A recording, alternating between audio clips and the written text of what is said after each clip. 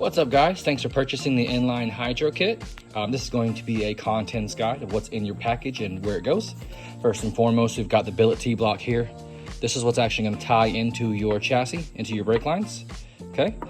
From there, we're going to have brake line threads to AN threads here. That's going to be sticking out the side of our block here. And we also have 90s. This is going to help make the transition to go around the block. So I got you a couple of 90s included in there. The other two fittings you're going to have are going to be a 7/16 20 and a 3/8 24. Important to know, this is an inverted flare, and so is this. However, most master cylinders are a bubble flare on the 3/8 side. So we've included a copper washer here. That's going to help you either way. Most master cylinders, like this one I've got here, have a machine face, and that copper washer there is going to help you make a sealing surface. So it should work for either one you've got. If you've got a Willwood Master, they generally come with a bubble flare to inverted flare adapter already, so you can just thread this in without the copper washer, and you've got that 45-degree sealing surface there. And if you look at the lines here, they're labeled inlet and outlet. That is just to help you run the lines, because once you have these connected and you fish them through the car, you may not know which line is connected to which port here, and that's important for your master cylinder location. So they're labeled for your convenience, inlet and outlet. So you can make sure you match in line to line.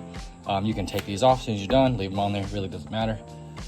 You can order these lines the same color. You can switch them up, do a red and a blue, a black and a gold, a clear and a carbon, however you want to do it. That's up to you.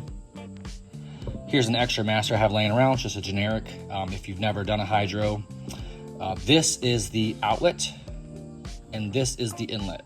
Most people at first kind of get these confused. You would think that the plunger action is actually compressing this liquid, but it does not. Inlet, outlet, that's important, okay? It is not uncommon to see some of these fittings leak a little bit when you first install them.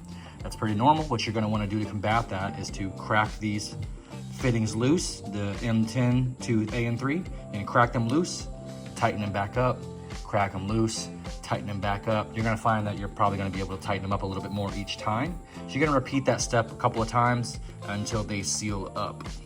You may have to do that with the factory lines as well, although those tend to seal up pretty easily in comparison to the stainless fittings.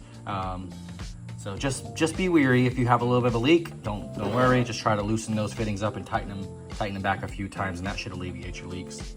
If you are not familiar with hydro kits or inline hydro kits, they use your factory brakes, calipers, and pads. You may already know that, but one thing some people don't know is that ceramic brake pads are one of the most common pads nowadays. And those actually work a lot better when there's heat in them. They gotta be a little warm for them to lock up. So if you're having trouble locking your wheels, try to warm your back brakes up a little bit. You can drag the handbrake, you can drive a little hard.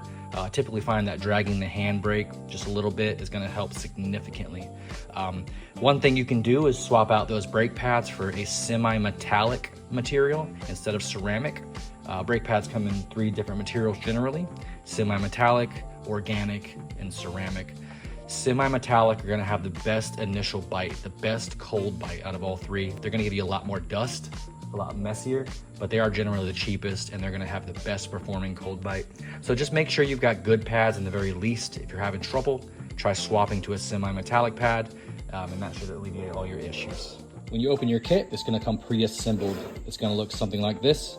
A couple of things to notate here is none of these fittings are tight. They're just snugged on there for shipping purposes, so you need to make sure that you tighten everything up. And another thing is on the outlet side over here, the 3/8 24 by AN3 is going to have a copper washer just kind of stuck in there, okay? It's not tight. This is the copper washer that is potentially going to be used on your outlet if you do not have a Willwood cylinder or a bubble flare to inverted flare adapter. This copper washer is going to help seal. They usually come with a machine sealing surface there. So that would actually help seal that surface if you do not have the right adapter. So it should work for either one. Just know that copper washer is in there. Do not tighten that fitting up with that in there, okay? It's gonna go on the other side where it threads into the master.